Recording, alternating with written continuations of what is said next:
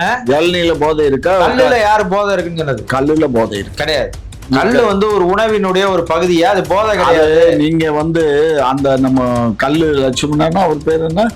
நல்லுச்சாமி. நல்லுச்சாமி. அந்த நல்லுச்சாமி ஒரு உருட்டுவாரு, எங்க மாப்பிள்ள அதுக்கு மேல சேர்ந்து உருட்டுவாரு. எம்எல்ஏவே சொல்றாரு நேரடியா எம்எல்ஏ தான் சொல்லியிருக்காரு, இந்த மாதிரி வெயில் இருக்குன்னு சொல்லி கொஞ்சம் குளிர்ச்சியா இருக்கு. வெயிலுக்கு மோர் கொடுப்பாங்க, பீரா கொடுப்பாங்க. சரி பரவாயில்ல விடுங்க, புளிச்ச மோர் குடிச்சா போதை வரும். 415 ஆண்டுகள், 1500 ஆட்சிக்கு வந்து அடுத்து பிரிட்டிஷ் ஆட்சி வர்ற காலத்து வரலி 10 மன்னர் பேரை சொல்லுங்க. 10 மன்னர் பேரை சொல்லுங்க. உங்களை மாதிரி ஆட்கள்லாம் போய் பெரியார் படத்தை வச்சு கொடுத்துட்டீங்க அவர்கிட்ட. அதெல்லாம் ஏங்க உங்கால என்ன பெரியாரை வச்சுக்கிட்டு கும்பிடலையா? எல்லாம் அப்படித்தாங்க. அதாவது ஒரு சந்தர்ப்பமும் சூழ்நிலையும் ஒரு மனிதனை மாத்துங்கிறத நீங்க ஒத்துக்கிறீங்களா? விஜய் வந்து பெரியார் படத்தை சீக்கிரம் எடுத்துருவாரு. பெரியார் படத்தை அவர் எடுத்தா என்ன, அவரு யாரு படத்தை எடுத்தா எங்களுக்கு என்னங்க? கழுத வடம் போனான்னா இடம் போனான்னா எங்களை கடிக்காம போகுதான்னு பாருங்க, அதுதான் முக்கியம். காட்டுங்க எத்தனை கிலோமீட்டருக்கு ரோட் ஷோ இருந்துச்சு? ஒரு 4 கிலோமீட்டர் 5 கிலோமீட்டர் காட்டுங்க. வீடியோ ஃபுட்டேஜா காட்ட சொல்லுங்க. அப்படியா? உங்க செய்தி ஊடகங்கள்ல எல்லா செய்தி ஊடகங்கள்லயும் ஃபுட்டேஜ் எடுத்திருப்பாங்கல்ல? ஆமா ஆமா. திமுக ஊடகத்துல இருந்து எல்லா ஊடகத்திலயுமே எல்லாமே திமுக தான் வச்சிருக்குது ஊடகத்தை பூரா மிரட்டி. இல்ல இப்ப நான் என்ன கேட்க வரேன்னா, விஜய்க்கு வந்து அவரு சப்போர்ட் பண்றாரு, நேரடியாவே சொல்றாரு அங்க எல்லா கட்சியும் போறத நீ அங்க போடா தம்பி. அது எதுக்கு சொல்றாருன்னா, மத்த கட்சியெல்லாம் திருட்டு போய கட்சியா இருக்குது.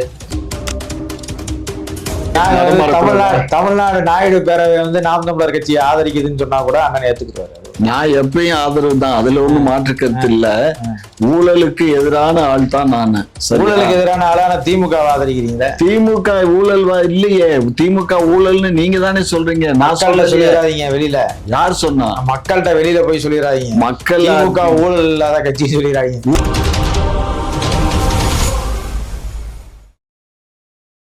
இன்றைக்கு வந்து முகவர் கூட்டம் ஒண்ணு திமுக நடந்துச்சு. ஆமா, உங்க கட்சி கூட்டம். அதான் எங்க கட்சி கூட்டத்தை நடந்துச்சு. அதுல வந்து வெயில் கடுமையா இருக்கிறதுனால கூலிங்கா பீர் கொடுத்தாங்க. அது என்னவோ பெருசா ஊடகங்கள்ல எல்லாரும் போட்டோ எடுத்து போட்டுக்கிட்டு அப்படி இப்படின்னு பேசுறாங்க. இதெல்லாம் நியாயமா ஐயா? அந்த பீர்ல வந்து ஒண்ணு எழுதிருக்கீங்க, குளிருக்கு சாப்பிடுங்கலாம் எழுதியிருக்காது. அதாவது வெயில் அடிச்சுச்சுன்னா கூலிங்கா சாப்பிடுங்கலாம் எழுதியிருக்காது. மது நாட்டுக்கும் வீட்டுக்கும் கேடுன்னு எழுதியிருக்கும். அப்படியா? அது கேடா இல்லையா? இல்ல அதுல அது மதுவா? பீர் வந்து மதுல கேடா இல்லையா அதை மட்டும் சொல்லுங்க. பீர் மது கேடு, பீர் வந்து மது வகை. அதுல ஏன் அப்புறம் வெட்டிருக்கீங்க? கல்ல ஏற்கிறீங்களா இறக்கலையா? கல்லு இறக்குறது இல்லையே. இல்ல கல்லு இறக்கலாமா இறக்க கூடாதா? கல்லு இறக்குறதுக்கு தான் அரசாங்கம் இல்லைங்க. இது நான் தனிப்பட்ட முறையில நான் என்னங்க முடிவு சொல்ல இயலும்? இல்லைங்க, நீங்க கட்சி அரசாங்கம் அதெல்லாம் விட்டுருங்க. நான் என்ன கேட்கிறேன்னா, பீர் கூலிங்கானது அப்படின்னு சொல்லி சொல்றீங்க, வெயிலுக்கு கூலிங்கா கொடுத்துட்டாங்கன்னு சொல்றீங்க. கல்லு இறக்கி சாப்பிடலாமா சாப்பிடக்கூடாது? கல்லு இறக்கி சாப்பிடலாமா சாப்பிடக்கூடாதுன்னு அரசு முடிவு செய்ய வேண்டியதை தனிப்பட்ட முறையில. அது வந்து கல் வந்து உணவினுடைய ஒரு பகுதின்னு சொல்றாங்க. அப்படின்னு குழந்தைங்க சாப்பிடுறாங்க, பெண்கள் சாப்பிடுறாங்க, எல்லாரும் சாப்பிடுறாங்க. இங்க பாருங்க, உடல் வந்து சீரமைப்பா இருக்கணும்னா கல்லு சாப்பிடலாம்னு சொல்றாங்க. அதெல்லாம் மரத்துல இருந்து நேரடியா வர்றது, மரத்துல இருந்து கலப்படமும் இல்லாதது. அது அப்படின்னு நீங்க நினைச்சிட்டு இருக்கீங்க. நம்ம மதுரையில என்ன மாதிரி இருந்துச்சு கல்லு கடை? எல்லாம் ஊமத்தங்காய் அரைச்சு அதுல கலக்கலையா? அது என்ன சாராய கடை, கல்லு கடை கிடையாது. கல்லு கடையிலும் கல்லு கடையிலே சாராயம் வித்தாங்க. கல்லு கடையில சாராய கடை ஊமத்தங்காய்க்கு அதுல கலந்தாங்க.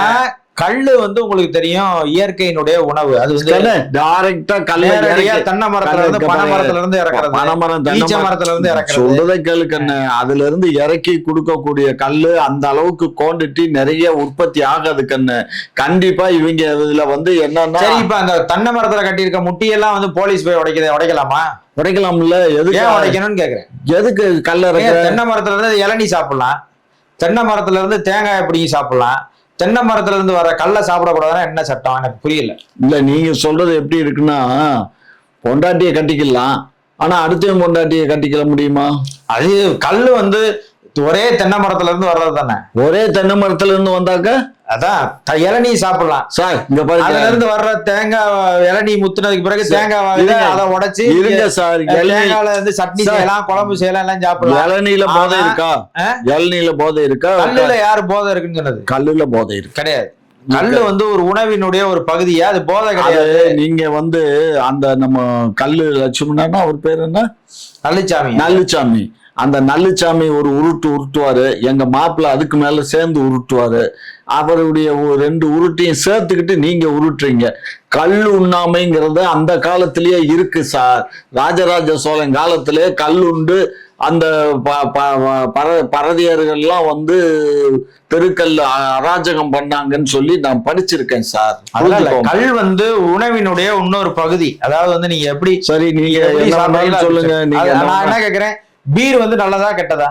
பீர் சார் பொதுவாவே எல்லாமே மது வகைகள்லாம் எல்லாமே கெட்டதுதான் சார். இது நல்லது. போய் ஒரு கட்சி, நான் கேக்குறேன், ஒரு பொலிட்டிக்கல் பார்ட்டி, ஒரு அரசியல் கட்சி, ஆளுங்கட்சியாக இருக்கிற ஒரு அரசியல் கட்சி, ஒரு முகவர்களினுடைய வந்திருக்கிறாங்க, அவங்களுக்கு ஒரு ஆலோசனை கூட்டம் நடத்துறோம். அங்க மதுவையும் சாப்பாடையும் கொடுப்பது ஒரு அரசியல் கட்சியினுடைய முன்னுதாரணமா இருக்கு. இது என்ன மாதிரியான மக்களுக்கு என்ன மாதிரியான மனநிலையை உருவாக்கும்? அதாவது அப்புறம் எப்படி இந்த கட்சிக்கு வந்து பெண்கள் வந்து தங்களுடைய பிள்ளைகளை நம்பி அனுப்புவாங்க? அதாவது எங்கேயோ ஒரு இடத்துல பல கோடி மக்கள் இருக்க கட்சியில ஒரு ஒரு ஒரு சின்ன முகவர்கள் கூட்டத்துல ஏதோ ஒரு தவறு, இது தவறு வெளியில வந்துருச்சு. அது தவறுதான், வெளியில வந்ததுனால தெரியுது. அது தவறுதான். அந்த தவறை நாங்க கண்டிக்கிறோம். அதை வந்து இந்நேரம் சிஎம் கூப்பிட்டு சத்தம் போட்டு தொடங்கும் போது ஏதோ சொன்னீங்க, வெயில் காலத்துல கூலி. அதுதான் வெயில் காலத்துக்காக கொடுத்ததாகத்தான் அந்த ஆளு எம்எல்ஏ சொல்றாரு. ஏன்னா நான் அது குடிச்சு பார்த்தது இல்ல, அது எப்படி இருக்குன்னு எனக்கு தெரியாது. தெரிஞ்சா தானே எம்எல்ஏ சொல்றாரு.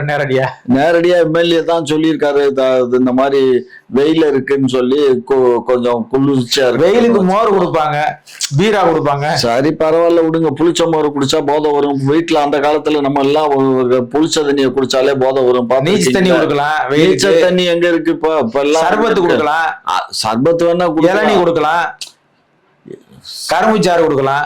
அதாங்க, அதெல்லாம் வந்து மொத்தமா கிடைக்காது. இதுனா மொத்தமா ஒரு 100 கிரேட இறக்கினோம்னா கொடுத்துடலாம். ஏன்னா அதெல்லாம் விவசாயிகள் பொழப்பாங்க. இதுனா அரசாங்கத்துக்கு வியாபாரம் ஆகும். அப்படித்தானே? எதை வேணாலும் நீங்க சொல்லுங்க ஐயா. சரி விடுங்க, இப்படியே பேசிட்டே போனோம்னா நீங்க எல்லாரும் ஆர்கியூ பண்ணிட்டு தான் இருக்கணும். அதுக்கப்புறம் திரு சீமான் அவர்கள் வந்து சொல்றாரு, இந்த மாதிரி இளைஞர்கள் 35 வயதுக்கு உட்பட்டவங்கள் தான் நான் வந்து சீட்டு இந்த முறை கொடுக்க போறோம். அது 50% ஆண்களுக்கும் 50% பெண்களுக்கு தரப்போறோம். எல்லாம் 35 வயதுக்கு உட்பட்டவர்கள் அறிவிக்க போறேன்னு சொல்றாரு. இப்ப 35 வயசுக்கு உட்பட்டவர்களுக்கு ஒரு தொகுதிகள் கொடுத்தா, உங்களை மாதிரி ஒரு 40 வயசு 50 வயசு கடந்தவங்க எல்லாம் வந்து நீண்ட நெடுங்காலமா அவர்கிட்டே ஒரு 10-15 ஆண்டுகளா அவரோட பணியாற்றக்கூடியவங்க, இவங்களுக்கெல்லாம் ஒரு எண்ணம் இருக்காதா, நம்மளும் ஒரு எம்எல்ஏவா வரணும். இப்ப நாடாளுமன்ற தேர்தலில் எல்லாத்தையும் நிப்பாட்டி வச்சாங்க. நாடாளுமன்ற தேர்தலில் எல்லாரும் நின்றாங்க. இப்ப நாடாளுமன்ற தேர்தலில் கெலிக்காம போயிட்டாங்க. இப்ப அவங்களுக்கும் திரும்ப அவங்களையும் கன்சிடர் பண்ணி ஒரு 40-39 தொகுதி அவங்களுக்கும் ஒதுக்கீடு பண்ணா தானே கொஞ்சமாவது அவருக்கு அந்த மக்களை திருப்திப்படுத்தின மாதிரி இருக்கும். இப்ப எல்லாம் ஒட்டுமொத்தமா எல்லாம் புதுசா இருக்க இன்னைக்கு வர்றவனுக்குள்ளே கொடுத்தாச்சுன்னா பழைய ஆளுகள்லாம் என்ன ஆகுறது? இதை நீங்க எப்படி, ஏன்னா அந்த கட்சியிலுடைய கொள்கையை உங்களுது, அதை நான் சொல்ல இயலாது. நீங்க என்ன சொல்றீங்க? அதை அதாவது நீங்க இதுதான் இப்ப சீமான் பேசுறது, ஒரு செய்தியை மட்டும் எடுத்துக்கிட்டு மற்றதெல்லாம் விவாதத்துக்கு அதை முழுதா யாரும் பார்க்கறது இல்லை, கேட்கறது இல்லைன்றதுக்கு ஒரு உதாரணம் தான் இந்த கேள்வி. நாங்க தெலுங்கர்களுக்கெல்லாம் இடம் கொடுக்குறோம், அது தெரியுமா தெரியாது? தெலுங்கு மொழி பேசுறாங்க. யாரு தெலுங்கு? தெலுங்கு மொழி பேசுறாங்கல்ல. தெலுங்கு மொழி யாரு பேசுறா? நாயுடு பேசுறாங்க. சரி. ரெட்டியார் பேசுறாங்க. சரி. அவங்களுக்கு தெரியும். அருந்ததியர்கள் இவங்க எல்லாம் பேசுறாங்க. சக்கிலியர்கள் இவங்க எல்லாம் பேசுறாங்க. சரி. இந்த தெலுங்கு மொழி பேசுகிற மக்கள் இருக்காங்கல்ல, அவங்களுக்கு எல்லாம் நாங்க நாம் தமிழர் கட்சி சீட்டு கொடுக்குது தெரியுமா? அதுல என்ன பெரிய பெருமை? பெருமை இல்ல, எங்களுடைய கடமை. அவங்களும் இந்த நாட்டினுடைய குடிமக்கள், இங்க வாழ்றாங்க, பன்னெடு காலமாக வாழ்றாங்க, ஒரு 100-200 ஆண்டுகளா இங்க வாழ்றாங்க. அவங்களுக்கும் 100-200 ஆண்டு இல்ல, எங்களுடைய ஆட்சி தொடர்ச்சியா 418 ஆண்டு காலம் இங்க நாயக்கருடைய ஆட்சி இருந்திருக்கு. மதுரை தலைநகரமா வச்சு, திருச்சி தலைநகரமா வச்சு 415 ஆண்டுகள், 2000, அதாவது 1500 ஆட்சிக்கு வந்து அடுத்து பிரிட்டிஷ் ஆட்சி வர்ற காலத்து வரலி 10 மன்னர் பேர் சொல்லுங்க. ஏ 10 மன்னர் பேரை சொல்லுங்க. ஏங்க எல்லாமே முதல் விஸ்வநாத நாயக்கர் தான் இங்க ஆட்சி பண்றாரு. சரி. கம்பனார் ஃபர்ஸ்ட் வந்தது கம்பனார். சரி. கம்பனாருக்கு அடுத்து விஜயநகர பேரரசனுடைய ரெப்ரசன்டேட்டிவா விஸ்வநாத நாயக்கர். அதுக்கப்புறம் அவருடைய பையன்கள் வர்றாங்க, நம்ம திருமலை நாயக்கர், திருமலை நாயக்கருடைய அண்ணன். அதுக்கப்புறம் இந்த மாதிரி தொடர்ச்சி அவங்க பேரெல்லாம் பேர் தான் சொல்றீங்க. இதுல என்னன்னு கேட்டீங்கன்னா திருமலைன்னே வரும் நிறைய பேரு. அதே மாதிரி விஸ்வநாத நாயக்கர் 1 2 பாட்டு இந்த மாதிரி நிறைய இருக்கும். அதனாலதான் நான் இதை சொல்ல இயல. எங்களுக்கு தெரிஞ்ச ஒரே ஒருத்தர் தான் தெரியும், திருமலை நாயக்கர் மட்டும் தான். அது திருமலை நாயக்கர் எதுக்கு தெரியும்னா, அவரு அங்க மஹால் இருக்கு. நான் ஒரு சிலைய வச்சேன் அங்க திருமலை நாயக்கர் மஹால்ல எம்ஜிஆர் ஆட்சி காலத்துல. அவரு மாநாடு, தமிழ் மாநாடு போட்டுக்கலாம். இதெல்லாம் உங்களுக்கு மட்டும் தான் எல்லாம் இருக்கு. எல்லாம் இருக்குன்னா கண்ணு, நீங்க ஒரு விஷயம் நல்லா புரிஞ்சுக்கோங்க. அதாவது 800 இப்ப நான் சொல்லி முடிச்சிருந்த இந்த செய்தி இப்படி எல்லாருக்குமே அரசியலில் எல்லா சமூகங்களுக்கும் இப்ப நாங்க எப்படி சாதிவாரி கணக்கெடுப்பு எடுத்தோம்ல, சாதிவாரி கணக்கெடுப்புல உங்களுக்கும் தான் யாரு நீ எவ்வளவு பேர் இருக்கீங்களோ அதுக்கு தகுந்த பிரதிநிதித்துவத்தை கொடுக்கணும்ன்றதுதான் எங்களோட நிலைப்பாடு. அப்ப இது போல எல்லா சமூகங்களுக்குமான இடத்தை கொடுக்க வேண்டிய தேவை ஒரு அரசியல் கட்சியாக இருக்கிற கட்சி அண்ணன் செந்தமிழன் சீமான் தலைமையில் இருக்கிற நாம் தமிழர் கட்சிக்கு இருக்குது. இப்ப இந்த இளைஞர்களுக்கு வாய்ப்புன்னு சொல்லியிருக்காங்கல்ல, அந்த 25 வயதுல இருந்து 35 வயதுக்குள்ள உள்ள இளைஞர்கள், அது 100 பேருக்கு வாய்ப்பு. 50 பெண்கள் 50 ஆண்கள் சொல்லி 100 பேருக்கு வாய்ப்பு. 134 இடம் மீதி இருக்கு. அது எல்லாமே எங்களை மாதிரி கொஞ்சம் 35 வயசுக்கு மேல உள்ளவங்களுக்கும் சீட்டு கொடுக்குறாரு. அது 134 இடம் கொடுக்குறாரு. 100 சீட்டு தான், 100 இடங்கள் மட்டும்தான் ஆண் பெண் 50 பேர் இளைஞர்களுக்கு வாய்ப்பு. மீதி 34 இடங்கள் எங்களை போன்றவர்களுக்கு, கட்சியில மூத்தவர்கள், அவங்களுக்கெல்லாம் அந்த இடங்கள்லாம் கொடுக்குறாங்க. அதுல ஒரு சில ஆட்களுக்கு சொல்லிட்டாங்க, உங்களுக்கு இடம் கொடுக்கல, யார் யாருக்கெல்லாம் இடம் கொடுக்கலன்றதையும் அண்ணன் சொல்லியிருக்கிறாங்க. ஏற்கனவே 2-3 பேருக்கு வாய்ப்பு கொடுத்துருப்பாங்க, அவங்களுக்கு இந்த முறை வாய்ப்புல வேற ஒருத்தருக்கு வாய்ப்பு கொடுக்கப்படும் சொல்லியிருக்கிறாங்க. அதெல்லாம் கட்சியில அண்ணன் யார வேட்பாளராக நிறுத்துறாங்களோ அவங்கதான். இப்ப இந்த செய்தியே எப்படி போயிருக்கு பாருங்க. வெறும் 35 வயசுக்குள்ள உள்ள இளைஞர்களை மட்டும் தான் நிறுத்த போறாரு போல அப்படின்ற மாதிரி உங்களுக்கே அப்படிதான் செய்தி சொல்லியிருப்பாங்கன்னு நினைக்கிறேன். இன்னும் மீதி 34 சீட்டு, 134 சீட்டு இருக்கு. 100 சீட்டு மட்டும் தான் 35 வயசுக்குள்ள உள்ளவங்களுக்கு. மத்த எல்லாருமே 134 இடங்கள் அப்ப எல்லாரும் அவரோட இருக்கணும்னு நினைக்கிறாங்க. எல்லாரும் சமூகத்தின் பிரதிநிதித்துவத்தின் அடிப்படையிலையும் கொடுக்கிறார். ரொம்ப நன்றி, ரொம்ப வாழ்த்துக்கள். அதே நேரத்துல இன்றைக்கு உங்களுடைய கட்சி ஆரம்பிச்சு நீங்க கிட்டத்தட்ட ஒரு 15-14 ஆண்டு காலமா பயணிச்சுட்டு இருக்கீங்க. 36 லட்சம் வாக்குகளை வாங்கி 8.2% வாங்கி அங்கீகரிக்கப்பட்ட 3வது ஒரு அரசியல் கட்சியா பதிவு பண்ணியிருக்கீங்க. நேற்று அரசியலுக்கு வந்த அந்த தம்பி விஜய இவரு தம்பி வருவான், நம்மளோட வருவான் அப்படின்னு ஆரம்பத்துல சொன்னாரு. அதுக்கப்புறம் அவர் வேற மாதிரி ஒரு ஸ்டாண்ட் எடுத்தாரு. அது அவரு கொஞ்சம் அதுக்கு நமக்கு ஒத்து வராது அப்படின்னு. உங்களை மாதிரி ஆட்கள்லாம் போய் பெரியார் படத்தை வச்சு கொடுத்துட்டீங்க அவர்கிட்ட. அதெல்லாம் ஏங்க உங்கால என்ன பெரியாரை வச்சுக்கிட்டு கும்பிடலையா? எல்லாம் அப்படித்தாங்க. அதாவது ஒரு சந்தர்ப்பமும் சூழ்நிலையும் ஒரு மனிதனை மாத்துங்கிறத நீங்க ஒத்துக்கிறீங்களா? விஜய் பெரியார் படத்தை சீக்கிரம் எடுத்துருவாரு. பெரியார் படத்தை அவர் எடுத்தா என்ன, அவரு யாரு படத்தை எடுத்தா எங்களுக்கு என்னங்க? கழுத வடம் போனான்னா இடம் போனான்னா எங்களை கடிக்காம போகுதான்னு பாருங்க, அதுதான் முக்கியம். ஆனா திரு சீமான் அவர்கள் அந்த மாதிரி ஒரு நிலைப்பாட்டுல இருந்தாரு. இப்ப அவர் கட்சியில இருந்து விலகி போறவங்க நீ அங்க போ, வேற எந்த கட்சிக்கு போறத காட்டிலும் என் தம்பி கட்சிக்கு போன்னு ஒரு பாசத்துல ஒரு இதுல பேசுறாரு. அப்படி சொல்லிட்டு இருந்தா அவன் ஏற்கனவே இப்ப கோயம்புத்தூர்ல நடந்த அந்த மாநாட்டுல கூட்டத்தை பாத்தீங்களா? பார்த்தேன். எவ்வளவு பிரம்மாண்டமான கூட்டம். 2000-3000 பேர் வந்திருப்பாங்க. என்னங்க பேசுறீங்க? ரோடு ஷோ பண்ணாரு, பல்லாயிரக்கணக்கான ஜனங்கள் குஞ்ச மாதிரி காட்டினா ஒரு 3000 பேர் வந்திருப்பாங்க. அவ்வளவுதான். அப்படியா? அவ்வளவுதான். அதுக்கு மேல 2000 பேர்ல இருந்து 3000 பேருக்கு மேல அங்க கூடுறதுக்குலாம் வாய்ப்பு இல்லை. ரோட் ஷோல காட்டுங்க எத்தனை கிலோமீட்டருக்கு ரோட் ஷோ இருந்துச்சு.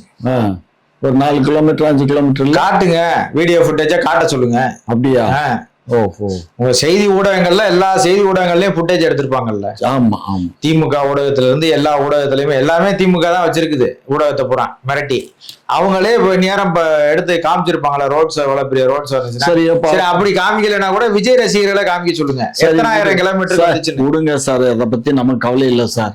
அப்ப அந்த கட்சி விடுதலை சிறுத்தைகள் பேரணி பாத்திருக்கீங்களா திருச்சியில? அந்த கட்சி விடுதலை சிறுத்தைகள் பேரணி பாத்தீங்களா எவ்வளவு தூரத்துக்கு இருந்துச்சுன்னு? நாம் தமிழர் கட்சி சாதிவாரி கணக்கெடுப்புக்கு ஒரு பேரணி நடத்துச்சுல, அது எவ்வளவு தூரத்துக்கு இருந்துச்சுன்னு பாத்தீங்களா இல்லையா? நாங்க காட்டினோம்ல எவ்வளவு நீளம், எவ்வளவு மக்கள் நடந்து வந்தாங்கன்னு.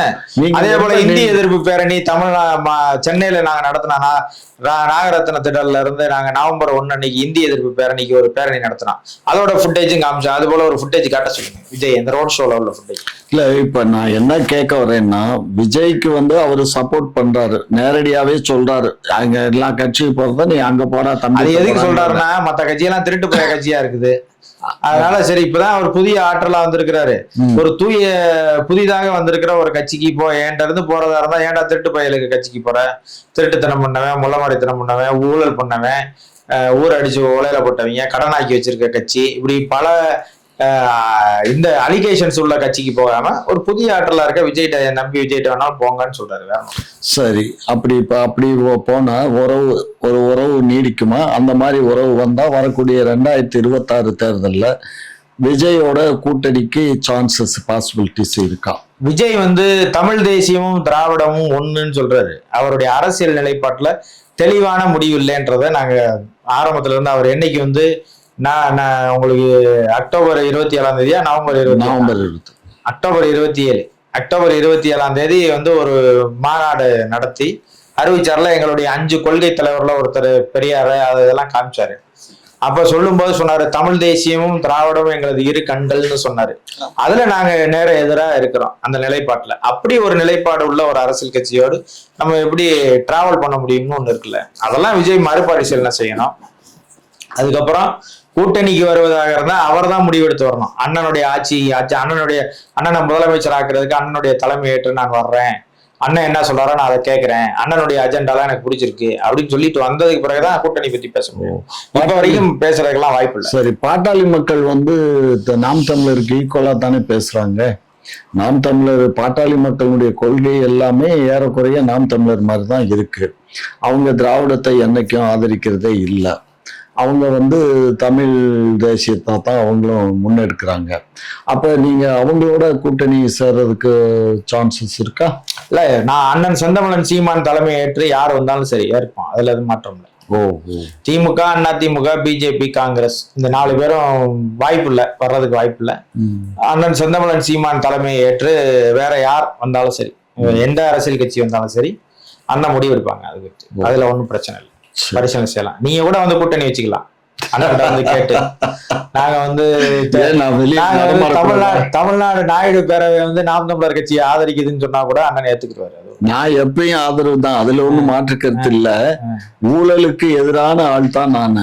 ஊழலுக்கு எதிரான ஆளான திமுக ஆதரிக்கிறீங்களா? திமுக ஊழல் இல்லையே, திமுக ஊழல்னு நீங்க தானே சொல்றீங்க. நான் சொல்லிடாதீங்க வெளியில. யார் சொன்னா? மக்கள்கிட்ட வெளியில போய் சொல்லிடாதீங்க. மக்கள் திமுக ஊழல் இல்லாத கட்சி சொல்லிடாதீங்க. ஊழல் இல்லாத கட்சி, மக்கள் தான் எங்களை ஊழல் இல்லாம ஆட்சி பண்ண விட்டுருக்காங்க. மக்கள் தான் கடைசி ஆட்சி. இதுமேல் திமுக எல்லாம் ஆட்சிக்கெல்லாம் வரவே வராது. எந்த ஆட்சி? காரைக்குடி ஆட்சியா? இந்த திராவிட முன்னேற்ற கழகத்தின் திராவிட மாடல் ஆட்சி. பாப்போம். திராவிட மாடல் ஆட்சியினுடைய முடிவுரை இதுதான். 2026 முடிவு. ஐயா நீங்க ஒரு ஏதோ வானத்துல இருந்து குதிச்சு உக்காந்துக்கிட்டு சொல்ற மாதிரி சொல்றீங்க. உண்மையை சொல்றேன், மக்கள் ஏற்கல அந்த ஆட்சியை, ஆட்சி முறையை வெறுக்கிறாங்க. ஊழல் எங்க ஒரு விஷயம் புரிஞ்சுக்கோங்க. எந்த ஆளுங்கட்சிக்கு எதிராக 1000 குற்றச்சாட்டுகள் வரும். ஆளுங்கட்சிக்கு எதிராக குற்றச்சாட்டுகள் வரும். இன்னும் புதுசா என்னென்னத்தை கலப்புறதுக்கு உங்க ஒருங்கிணைப்பாளர் நீங்க எல்லாம் காத்துட்டு இருக்கீங்கன்னு எங்களுக்கு தெரியாது. ஆனா அதையும் நாங்க பார்ப்போம், எல்லாத்தையும் செமிச்சிருவோம், கவலையே படாதீங்க. அதுதான் அவங்கள்ட்ட தான் காசு இருக்குது, ஊடகம் எல்லாத்தையும் செமிச்சிருவோம், எல்லாத்தையும் பார்த்துப்போம். 26லயும் நாங்க ஆட்சி அமைப்போம், 31லயும் ஆட்சி அமைப்போம். நீங்க கவலையே படாதீங்க. காரைக்குடி ஆட்சியை தான் நாங்க அமைச்சிருவோம், நீங்க கவலையை விடுங்க. சரியா?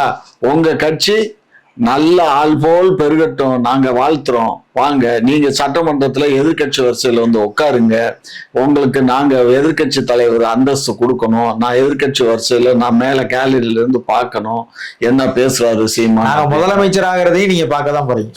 அப்படியா? ஆமா, ரொம்ப சந்தோஷம். அவ்வளவு காலம் நான் வாழ்ந்துருவேன். முதலமைச்சர் ஆகும் போது நீங்க வந்து பூங்கொத்து கொடுத்து எங்க அண்ணனுக்கு வாழ்த்து சொல்லுவீங்க. அவ்வளவு காலம் அந்த காலமும் இருக்கு. ஓ, அந்த காலம் வரையும் நான் இருப்பேங்கிறீங்க. ஆமா, ஆமா. அப்படியா? ரொம்ப சந்தோஷம். இதுவரை உங்களுடைய காணொளியில நீங்க கொடுத்த அந்த இன்டர்வியூக்கு ரொம்ப நன்றி. நன்றி.